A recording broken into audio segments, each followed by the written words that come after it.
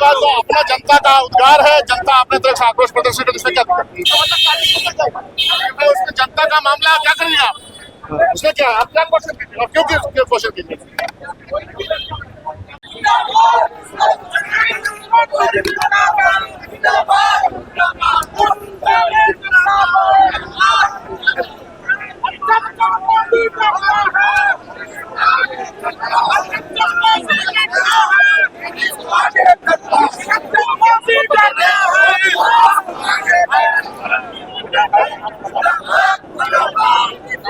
की चिंता मोदी जी या कोई भी क्यों कर रहा है? अपना अपना जो उनमें क्या हो रही है, हम तो उस मुद्दा पे बात नहीं कर रहे, क्योंकि काम यहाँ अच्छा हो रहा है, सबके बीच में प्रेम है, भाईचारा है, तो अफवाह फैलाने की कोशिश की जा रही है। कभी भी महागठबंधन में ना फूट पड़ी है ना फूट पड़ेगी भविष्य में। सत्य पराजित नहीं होता है, सत्य को संघर्ष करना पड़ता है, लेकिन उसका पराजय हो ही नहीं सकता है। एक और चर्चा भटकाने की बस कोशिश और कुछ। एक और चर्चा, ईडी जिस तरह से छापे कर रही है, चार्जशीट तो बताते कि जो सत्ता में है कि जो लोग गलत हो उन्हीं के घर ईडी जाती है।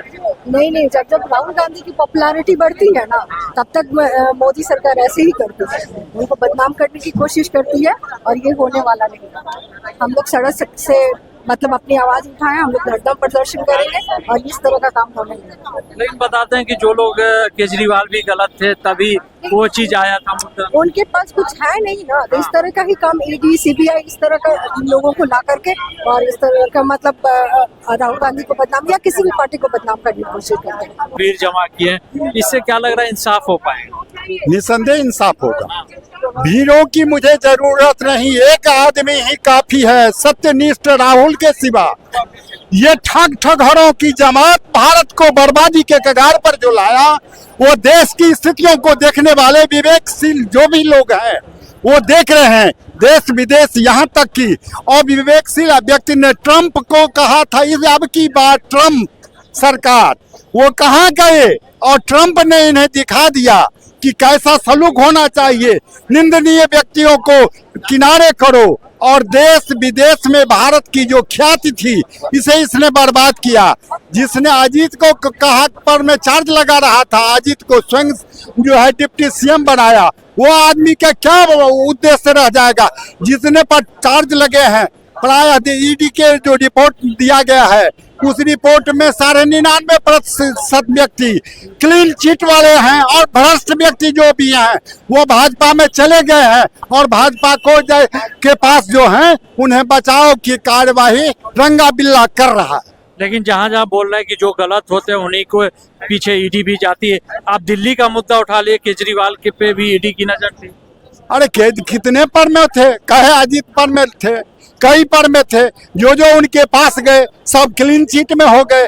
क्या भाजपा एक वो गंगा की वो धारा है जिसमें जाने पर सब स्वच्छ हो जाता है, उसके ऊपर में हेयरिंग करना सब बंद हो जाता है?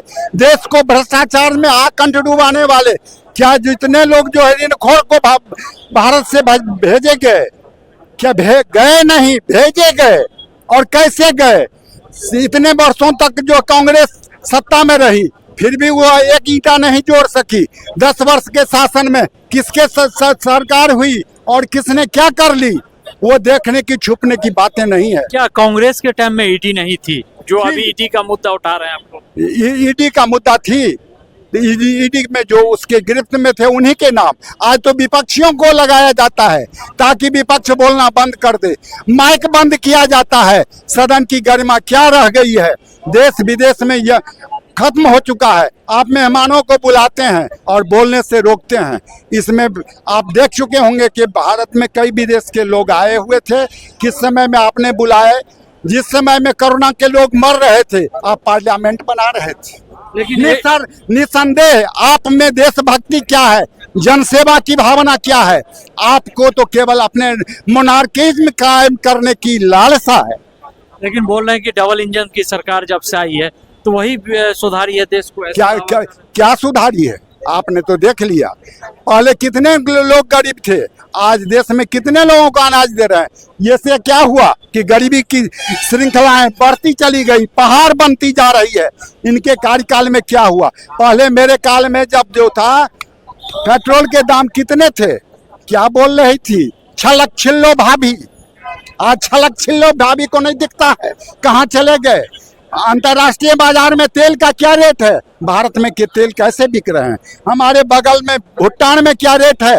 हिंदुस्तान में क्या बिक रहे हैं? फिर भी तो दावे हो रहे हैं कि मोदी जी का देश विदेश में नाम हो रहा, डंका बज रहा है। हाँ, वही दलालों का जो महफिल है, जो अंधभक्तों का जायदाद है, उन्हीं का कथन है। बिकी हुई मीडिया, बिके हुए लोग क्या बोलेंगे? और भाई देखो उनकी ठौर। इसका असर जो अभी इस तरह से हो रहा है, ईडी का जो चार्जशीट कहीं ना कहीं बिहार इलेक्शन पे नजर है। निसंदेह बिहार की जनता प्रबुद्ध है। हम जब पूरे राजतंत्र से घिरे हुए पूरा विश्व था, उस समय में हम लोगों ने प्रजातंत्र का नींव रखा और यहीं की महावीर थे जहाँ से प्रजातंत्र का बुद्ध हुआ। बुद्ध को ज्ञान यहीं बिहार से मिला। जयप्रकाश का आंदोलन यहीं से खड़ा हुआ।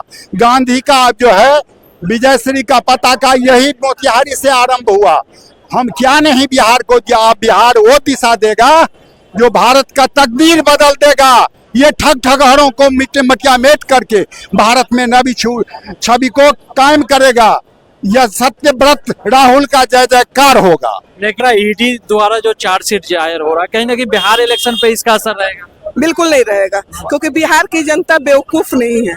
पहले तो मैं आप लोग का धन्यवाद करना चाह रही हूँ कि आप लोग जान जोखिम में डालकर, खतरा लेकर, क्योंकि ये सिर्फ राहुल गांधी जी की बात नहीं है, जो भी कवरेज कर रहा है, जो भी कर रहा है, तो कहीं ना कहीं आप भी बेखौफ इसलिए है ना, क्योंकि आपको पता है कि हमारे राहुल जी गलत नहीं बोलते हैं। और वो इतने बार दौरा कर रहे हैं, इतने बार बिहार की भूमि पर आ रहे हैं, तो क्यों आ रहे हैं? वो खुद के लिए नहीं आ रहा है, आराम से एसी में बैठ सकते, तो वो इसलिए आ रहा है क्योंकि जो होना चाहिए वास्तव में जमीन पे कार्य, वो आज तक डबल इंजन की सरकार नहीं कर पा रही है। लेकिन डबल इंजन की सरकार जो बोलती है कि जो लोग भ्रष्टाचार हैं उन्हीं के इस पे ईडी जाती है। आप इतना तो समझ ही सकते हैं ना कि भ्रष्टाचार से ईडी जाती है। कितनी बार ईडी और सीबीआई तो लगा चुके हैं। तो भ्रष्टाचार रहता तो अभी हमारे राहुल जी को जेल में डाल चुके होते।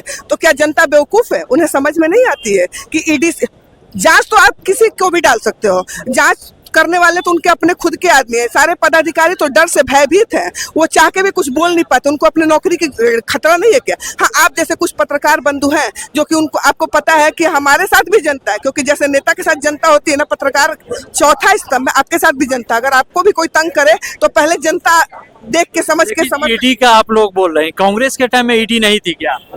ईडी थी, तो अगर आपको लग रहा है कि बेबुनियाद किसी को कांग्रेस टाइम में ईडी डाली होती, तो क्या मोदी जी वो मुर्दा, आप देख रहे हो कितना पुराना मतलब आजादी के पहले के चीज को खोद के ला रहे हैं, तो कांग्रेस को छोड़ देने वाले हैं मोदी जी? बिल्कुल छोड़ देने वाले नहीं है। अगर ऐसा बेबुनियाद मुद्दा पर ईडी सीबीआई लगाई रहती कांग्रेस, तो पुराना हिस्ट्री निकाल के आप लोग के सामने लाते। लेकिन गलत कभी कोई करे तो बिल्कुल ईडी लगेगी। लेकिन ये तो चुनावी वर्ष है, इससे आप समझ सकते हैं कि वो अब बौखलाहट में है पूरे की, मतलब ये बार बार इतने गर्मी धूप में एसी में रहना चाहिए। मोदी जी को तो कहने के हैं चाय बेच के, ट्रेन में चाय बेचते हैं, हम गरीब हैं और हम नेता बने हैं, पब्लिक को पूरा बेवकूफ बना है। लेकिन अब पब्लिक को पता चल गया है कि जिसको राजा बाबू, जिसको राजकुमार कहा जाता था, वो तो बिल्कुल एक आम कार्यकर्ता का जिंदगी जी रहा है। तो वो चीज देख के वो बहुत, देश विदेश में डंका तो अभी भी बज रहा है मोदी जी का, डंका बज रहा है, आप देख रहे हैं। तो अभी जब हमारे इतने विदेश से आए हथकड़ी पहन के आए, तो ये डंका बजने का पहचान है क्या? हथकड़ी पहन के भेजना। यूएसए तो उनका यूएसए से तो अच्छा रिलेशन था ना। वो मोदी जी कुछ मीडिया, मैं सब मीडिया को नहीं कहूंगी, कुछ मीडिया वालों को वो खरीद लिए हैं, या डर कहिए, क्योंकि सबको अपनी रोजी रोटी परिवार भी पालना है।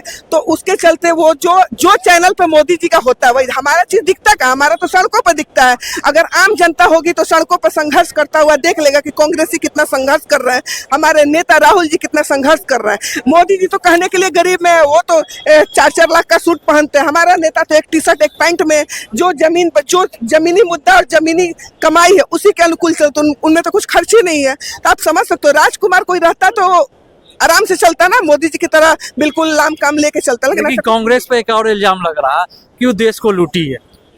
देश को आजादी ही कांग्रेस दिलाई है।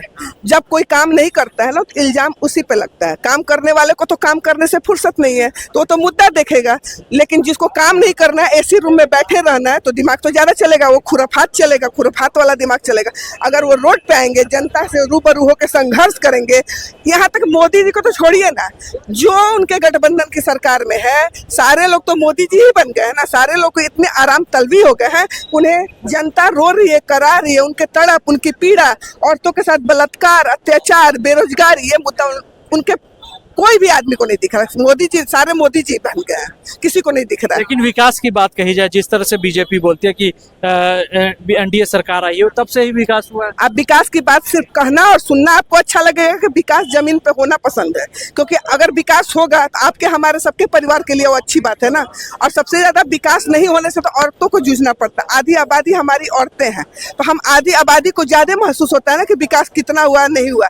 अगर आप आम औरतों के गाँव झुग्गी कहीं भी जाओगे तो विकास का परिभाषा वो बताएंगे। मोदी जी के विकास के परिभाषा देने से देश में विकास नहीं हो सकता। लेकिन